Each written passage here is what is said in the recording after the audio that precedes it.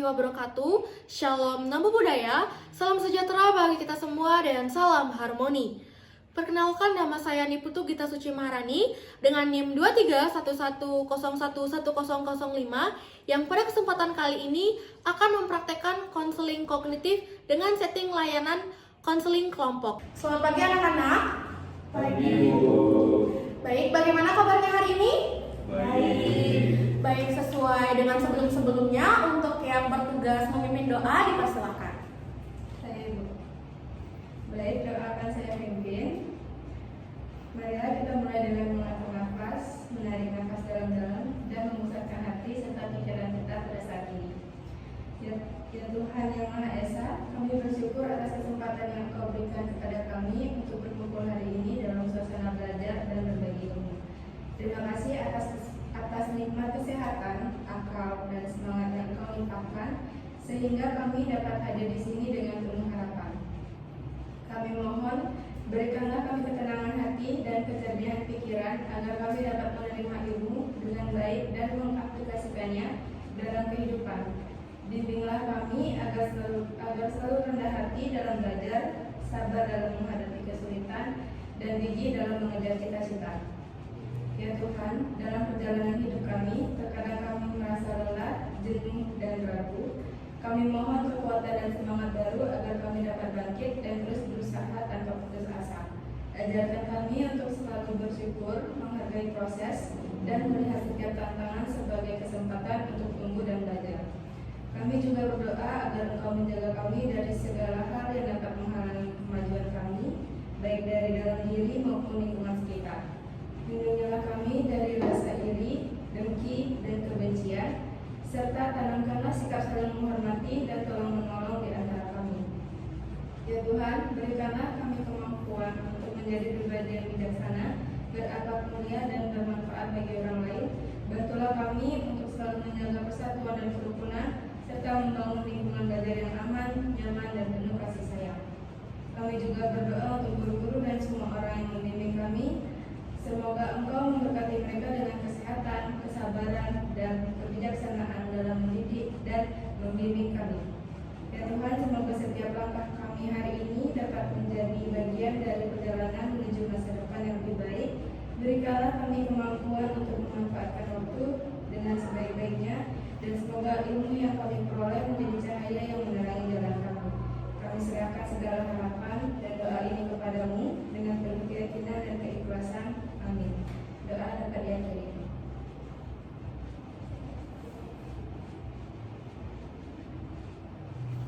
Baik, untuk memulai sesi pembelajaran kita hari ini, setelah melantunkan doa, mari kita memulai dengan salam terlebih dahulu. Om Swastiastu, Assalamualaikum warahmatullahi wabarakatuh. Shalom Namo Buddhaya, salam sejahtera bagi kita semua dan salam harmoni. Baik, sebelumnya terima kasih kepada Ari karena sudah memimpin sesi doa pada pertemuan kita hari ini. Dan sebelum kita masuk ke inti pembelajaran kita, izinkan Ibu untuk mengabsen terlebih dahulu. Untuk Nimade Ayu Sari Puspadana, Hadir. Nikomang Ari Amreni, Hadir Ibu. Ikade Dwi Arta Putra, Hadir Ibu. Muradanan Jaya. Hadir Ibu. Baik, terima kasih karena kalian sudah bisa hadir dengan lengkap pada pertemuan kita hari ini. Karena di sini kita akan membahas topik yang sangat menarik dan bahkan sering kita temukan pada kehidupan sehari-hari. Nah, jadi sebelum itu izinkan Ibu untuk bertanya kepada kalian bagaimana keadaannya atau perasaannya hari ini. Apakah sedang dalam suasana yang sedih, senang, ataupun sedang cemas karena sekarang kan kalian tengah memasuki ulangan tengah semester. Jadi apa yang kalian rasakan saat ini sebelum kita memulai sesi pembelajaran kita? Mungkin dari Ayu Sari bisa mengungkapkan. Baik, terima kasih atas waktunya Ibu. Kalau akhir-akhir ini kan sudah mulai memasuki minggu UAS, jadi saya sedikit merasa takut dan cemas akan UAS yang diberikan oleh dosen. Baik, terima kasih Ayu Sari sudah mau berpendapat. Dan Ibu harap di pertemuan kita yang selanjutnya lebih banyak lagi yang berani untuk mengungkapkan argumen dan pendapatnya. Nah, jadi di sini kita akan membahas topik yang sangat serius, bahkan sangat sering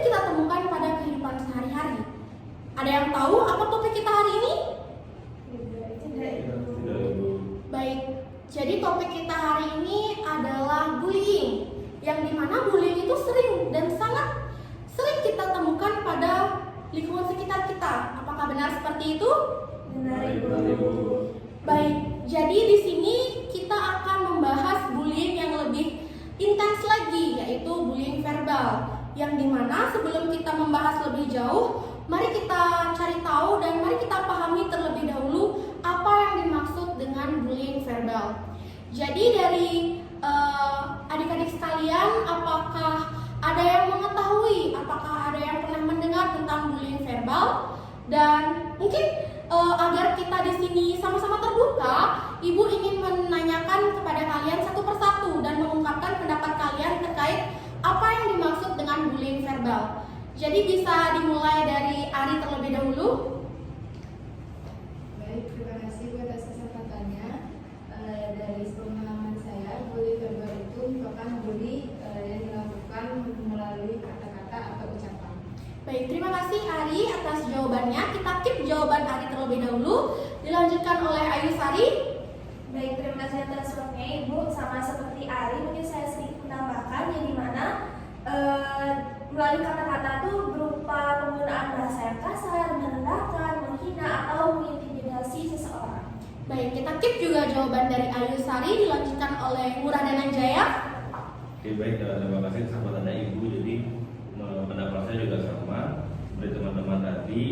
Bullying verbal itu simpelnya adalah melalui ucapan, yang padahal walaupun hanya melalui ucapan, tidak ada tindakan fisik, tapi efeknya kepada mental dari lawan kita itu juga sangat berpengaruh. Itu dari saya. Baik, terima kasih jawabannya Murah Dananjaya. Dan dilanjutkan oleh Kadek Dwi Arta Putra. Kalau dari saya sendiri itu masih sama seperti teman-teman yang lain, itu perundungan yang memang melalui kata-kata maupun lewat media seperti itu. Baik, Ibu sangat bangga dan Ibu sangat senang atas pendapat dari kalian semua. Dan semua sudah benar. Jadi apa yang kalian ungkapkan itu memang benar. Bullying verbal itu adalah bentuk perundungan atau penindasan terhadap orang lain dengan menggunakan kata-kata yang menyakitkan, merendahkan, bahkan juga dapat mengancam bagi korbannya. Kemudian kata-kata tersebut biasanya ditunjukkan untuk menghina fisik seseorang, kemudian juga cara berbicara, kemudian bisa saja itu digunakan untuk membuli cara berpakaian sang korban tersebut, atau bahkan bisa juga membuli karena latar belakangnya seperti agama, ras, atau bahkan latar belakang keluarganya.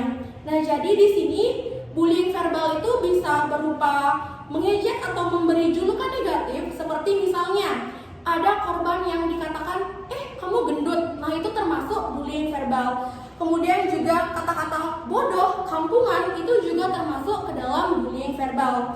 Kemudian di sini juga menyindir dan merendahkan secara terus-menerus, itu juga termasuk ke dalam bullying verbal, karena di situ korban akan merasa direndahkan. Bahkan sang korban itu nantinya akan tidak percaya diri pada saat sang pelaku itu mengungkapkan kata-kata seperti itu. Kemudian juga berbicara dengan nada kasar, itu jatuhnya itu menghina. Kemudian itu juga sudah termasuk ke bullying verbal atau perundungan verbal. Nah, jadi di sini mungkin kata-kata ini terasa candaan bagi kita, atau bahkan tanpa kita sadari kita pernah melakukan hal tersebut. Nah, jadi di sini gunanya pada sesi pembelajaran hari ini kita mengidentifikasi apakah kita pernah melakukan hal tersebut dan apa dampaknya bagi korban dan bagaimana cara kita menangani situasi tersebut. Jadi di sini juga bullying verbal sering terjadi antara siswa dan sering dianggap tidak berbahaya karena seorang pelaku yang menggunakan bullying verbal atau melantunkan perundungan verbal ini merasa bahwa fine-fine saja selagi korban tidak merasa kesakitan. Karena sang pelaku itu merasa, saya tidak memukul, saya hanya mengungkapkan kata-kata. Nah, jadi di situ merasa bahwa itu tidak berbahaya bagi sang korban. Padahal faktanya di sini sangat berpengaruh bagi korban, yang dimana itu dapat menimbulkan luka batin bagi korban, atau bahkan hal paling fatal itu sang korban bisa saja depresi atau bahkan tidak memiliki keinginan untuk hidup di dunia. Banyak yang kita lihat kasus-kasus terbaru dan mungkin yang lagi booming saat ini, kasus bunuh diri. Nah, itu juga salah satunya faktornya dari bullying verbal. Kemudian apa saja sih dampak dari bullying verbal selain yang saya jelaskan barusan? Apakah ada yang ingin berpendapat untuk Ayu Sari? Baik, kalau dari saya sendiri itu dampaknya itu ke mental saya sendiri ya, karena pernah satu pengalaman itu dari keluarga sendiri itu mengatakan saya yang tidak secara fisik, jadi saya masih mengingatnya sampai sekarang. Jadi dari yang sudah dikatakan itu menjadi trauma yang mendalam bagi diri saya sendiri. Baik, terima kasih Ayusari sudah berani mengungkapkan argumennya terkait dampak bullying verbal bagi sang korban. Jadi sangat benar yang sudah diucapkan oleh Ayusari. Di situ di saat sang korban diberikan kata-kata yang tidak enak atau bahkan menyakiti hati, nah sang korban akan merasa kepercayaan dirinya itu menurun drastis, bahkan tidak akan berani untuk bersosialisasi dan berinteraksi dengan lingkungan sekitarnya. Kemudian setelah dia turun rasa percaya dirinya, apa yang timbul? Dia akan malu, dia takut atau bahkan kehilangan harga dirinya.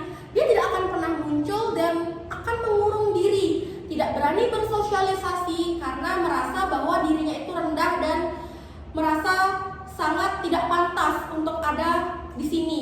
Kemudian juga dia menarik diri dari lingkungan sekitar. Mungkin saja bisa dianggap sebagai orang yang introvert. Kenapa? Karena dia tidak mau berbaur dengan lingkungan sekitarnya. Kemudian dia menjadi pasif, yang dimana dia akan takut berbicara, kemudian bahkan takut juga masuk ke sekolah. Misalnya ada siswa yang seperti itu. Nah, dia itu akan takut masuk sekolah karena dia takut dibully lagi, takut direnung lagi, takut diberikan kata-kata yang tidak enak lagi. Dan di sini juga seperti yang saya jelaskan sebelumnya, dalam beberapa kasus korban akan mengalami stres dan bahkan dia akan merasa depresi atau bahkan kehilangan semangat hidup untuk ada di dunia ini. Jadi sebelum kita lanjut ke materi inti kita, saya ingin kalian menjawab dengan jujur dalam hati. Apakah saya pernah mengejek orang lain, even dengan teman dekat pun apakah kalian pernah? Dan apa saya pernah ikut tertawa saat teman saya diejek? Kemudian, apakah saya pernah merasa bangga saat orang lain menangis karena kata-kata saya? Nah, jadi silakan kalian merenungkan diri terlebih dahulu apakah kalian pernah melakukan hal tersebut, dan jikalau di sini ada yang berani untuk mengungkapkan kalau pernah melakukan hal tersebut, tidak apa-apa karena sesi kali ini sangat terjaga kerahasiaannya. Karena dalam bimbingan konseling ada yang namanya asas kerahasiaan. Jadi apapun argumen kalian, apapun yang ingin kalian utarakan akan terjaga di sini kerahasiaannya. Jadi kita di sini tidak mencari siapa yang salah, tapi di sini kita belajar untuk menyadari bahwa kata-kata yang kita ucapkan itu akan menjadi senjata untuk orang lain dan dapat melukai orang lain walaupun tidak melukai secara fisik. Jadi apakah di sini ada yang ingin jujur dan berani berpendapat terkait pertanyaan saya barusan? Baik, Ari, dipersilakan. Baik, sebelumnya terima kasih atas kesempatannya. Mungkin secara nggak langsung aja, saya kan di keluarga berempat, saya punya adik paling kecil. Nah, dia tuh kulitnya emang agak lebih hitam lah dari kita semua. Jadi kayak saya kadang manggil dia kayak badang gitu. Jadi mungkin itu termasuk bully verbal juga ya. Cuman kebetulan hari saya juga menyadari bahwa memang kulit dia itu lebih gelap dari saudaranya yang lain gitu. Jadi mungkin dalam hatinya tuh kayak terbesit, kenapa aku dibilang kayak gitu, padahal kayak sama persaudaraan gitu. Itu sih Bu. Baik, terima kasih Ari karena sudah mengungkapkan pendapatnya dengan jujur, dan itu merupakan suatu kebanggaan pada diri Ari karena Ari sudah berani untuk mengungkapkan apa yang Ari rasa itu salah untuk diri Ari. Nah, jadi di sini seperti yang saya katakan sebelumnya, kita tidak mencari di sini siapa yang benar, siapa yang salah. Tapi bagaimana kita hari ini dapat mengubah pikiran-pikiran dan perilaku-perilaku kita yang seperti itu ke arah yang lebih positif lagi. Jadi di sini Ibu ingin kalian memahami bahwa seseorang mengejek orang lain itu biasanya pikiran-pikiran yang muncul itu di kepalanya seperti yang dicontohkan tadi. Kalau bisa bikin orang ketawa, pasti kita disukai. aneh, wajar kalau diejek. Itulah pikiran-pikiran yang negatif yang muncul sebelum kita melakukan ejekan tersebut. Nah, jadi pikiran-pikiran tersebut itu biasanya akan muncul secara otomatis. Kita merasa bahwa itu hal biasa. Tapi, tahukah kalian bahwa apa yang kita rasa itu biasa ternyata benar-benar berpengaruh pada korban? Pikiran-pikiran irasional kita yang kita pikirkan dan kita lantunkan kepada korban itu sangat melukai korban. Jadi di sini kita akan belajar bagaimana kita menangani hal tersebut dengan teknik-teknik yang ada dalam teori kognitif. Jadi untuk menangani hal tersebut, kita di sini akan menggunakan teknik yang namanya teknik restrukturisasi kognitif. Jadi apakah dari anak-anak sekalian ada yang pernah mendengar dan mengetahui apa itu teknik restrukturisasi kognitif? Belum. Baik, itu wajar kalian belum mengetahui karena hari ini saya baru pertama kali memberikan informasi kepada kalian apa sih yang dinamakan dengan teknik restrukturisasi kognitif. Jadi di sini teknik restrukturisasi kognitif artinya kita belajar mengubah cara berpikir yang salah atau tidak sehat atau biasa kita sebut dengan pikiran irasional menjadi pola pikir yang lebih logis, positif, dan empati. Contohnya, saat pikiran negatif muncul, misalnya seperti ini. Kalau saya nggak ngejek, saya bakal dianggap aneh, saya bakal dianggap lemah. Jadi, kita coba masukkan dan hadirkan teknik restrukturisasi kognitif ini hadir dan coba pikiran kita yang baru yang lebih positif dan rasional seperti aku bakal tetap punya teman walaupun tidak ikut mengejek. Nah, seperti itu. Jadi, kita di sini sekarang akan latihan dan sebelumnya nanti saya akan membacakan suatu skenario yang dimana kalian di sini akan mengidentifikasi apa pikiran negatif dari pelaku dan bagaimana kita ubah menjadi pikiran yang lebih positif. Dua itu. Jadi yang pertama, apa pikiran negatif dari pelaku, dan yang kedua, bagaimana kita ubah menjadi ke arah yang lebih positif. Dapat dimengerti? Dapat Jadi skenario-nya itu yang pertama, seseorang siswa itu sedang mengejek temannya karena kurus dan tidak mau berbicara. Ada seorang siswa diejek karena dia kurus dan tidak mau berbicara. Apa pikiran negatif dari pelakunya biasanya? Ada yang bisa menjawab? Baik, Ari, dipersilakan. Sebenarnya terima kasih atas kesempatannya. Mungkin yang bisa saya berikan contoh terhadap pikiran negatif itu seperti mungkin dia orangnya emang nggak suka makan atau nggak diperhatiin gitulah sama orang tuanya. Itu yang muncul, berarti orangnya itu nggak suka makan, pikiran negatifnya. Kalau pikiran negatif itu kita ubah ke arah yang lebih positif, apa yang muncul? Kalau diubah menjadi pikiran yang lebih positif, mungkin saja memang gen dari orang tuanya dia yang kurus, jadi itu nurun ke dirinya dia sehingga dia juga ikut kurus seperti orang tuanya. Baik, terima kasih Ari karena sudah berani menjawab dan jawabannya sudah sangat benar. Beri tepuk tangan kepada Ari. Kemudian, skenario yang kedua. Teman satu kelas selalu disindir karena pakaiannya lusuh. Apa pikiran negatif yang muncul pada saat sang pelaku itu ingin memberikan perlindungan verbal kepada sang korban? Baik, Ayusari, dipersilakan. Baik, kalau misalkan saya di posisi pelaku, mungkin saya akan berpikiran bahwa dia kok selalu pakai pakaian itu aja, pasti nggak pernah dicuci deh pakaiannya. Lalu kalau kita hadirkan teknik restrukturisasi kognitif dan kita susun dari awal lagi pikiran yang lebih positif, apa yang muncul? Kalau diubah ke yang lebih positif, mungkin dia sudah mencucinya, sudah mencuci baju tersebut, dan mungkin dia memang sangat menyukai baju tersebut, tapi tidak sempat untuk mungkin ibu atau orang tua di rumah tuh menyetrika atau bagaimana dan cepat-cepat sehingga terlihat lecak dan lusuh. Baik, dijawab oleh Ayu Sari. Sekali lagi beri tepuk tangan kepada teman kita.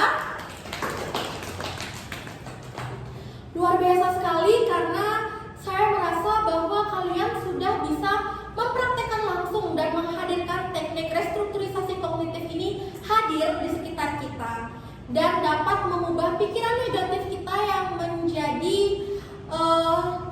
pemancing kita untuk melakukan bullying verbal ini, dan kita redupkan itu dan kita hadirkan teknik restrukturisasi kognitif dan kita ubah menjadi pikiran yang lebih positif lagi dari pikiran-pikiran negatif yang sebelumnya dipikirkan.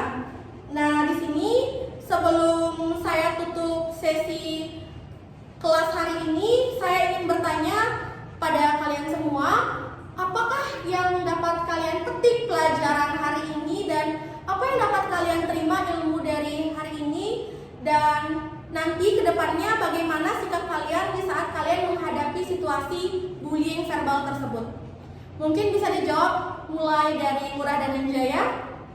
Oke, baik, terima kasih kesempatannya Ibu. Jadi dari pertemuan hari ini yang saya pelajari adalah yang menjadi sumber masalah dari adanya bullying verbal itu adalah pola pikir dari seseorang.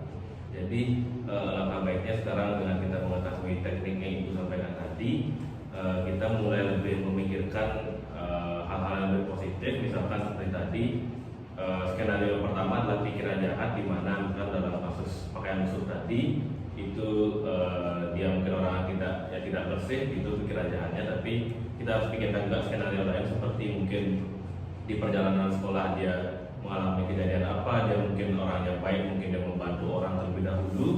Jadi bisa diarahkan ke situ agar kita bisa mencegah adanya bullying verbal ini dari diri sendiri. Mungkin itu saja dari saya. Terima kasih. Baik, tepuk tangan untuk Murah dan Anjaya. Apakah ada yang memiliki pendapat berbeda atau kalian semua memiliki pendapat yang sama untuk Murah dan Anjaya? Sama Ibu. Baik, karena Ibu merasa kalian sudah memiliki jiwa empati kalian muncul dan sudah mengetahui apa makna dari pembelajaran kita hari ini, Ibu rasa hari ini apakah sudah cukup untuk sesi kelasnya? Cukup. Untuk mengakhiri sesi pembelajaran kita hari ini, mari kita akhiri dengan doa dan salam penutup yang akan diwakili langsung oleh Ari Anggreni. Baik, untuk itu doa akan saya pimpin. Marilah kita hening sejenak, menarik nafas dalam-dalam dan memisahkan hati serta pikiran kita. Mari kita tutup pertemuan hari ini dengan mengucapkan rasa syukur atas kesempatan belajar yang telah kita jalani bersama. Semoga segala ilmu dan pengalaman yang kita peroleh menjadi bekal dan bermanfaat bagi kita semua. Terima kasih atas kekuatan dan kesehatan yang diberikan sehingga kita dapat mengikuti proses pembelajaran dengan baik. Terima kasih atas kebersamaan, semangat dan rasa ingin tahu yang telah kita tunjukkan. Semoga ilmu yang telah kita pelajari hari ini dapat menjadi sumber inspirasi dan pencerahan dalam kehidupan kita. Semoga kita mampu mengaplikasikan pengetahuan dan keterampilan ini dengan bijaksana untuk kebaikan diri sendiri, keluarga, dan lingkungan sekitar. Berikanlah kami semangat dan ketekunan dalam menghadapi tantangan belajar ke depan. Bantulah kami untuk selalu gigih dan tidak mudah menyerah dalam meraih tujuan dan cita-cita. Semoga kita selalu hidup dalam kedamaian, saling menghargai, dan menjaga hubungan baik satu sama lain. Semoga suasana belajar dan bekerja kita selalu dipenuhi rasa hormat dan pengertian. Doa dapat diakhiri.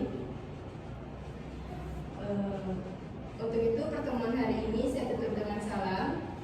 Om Santi Santi Santi Om. Wassalamualaikum warahmatullahi wabarakatuh. Shalom, Namo Buddhaya.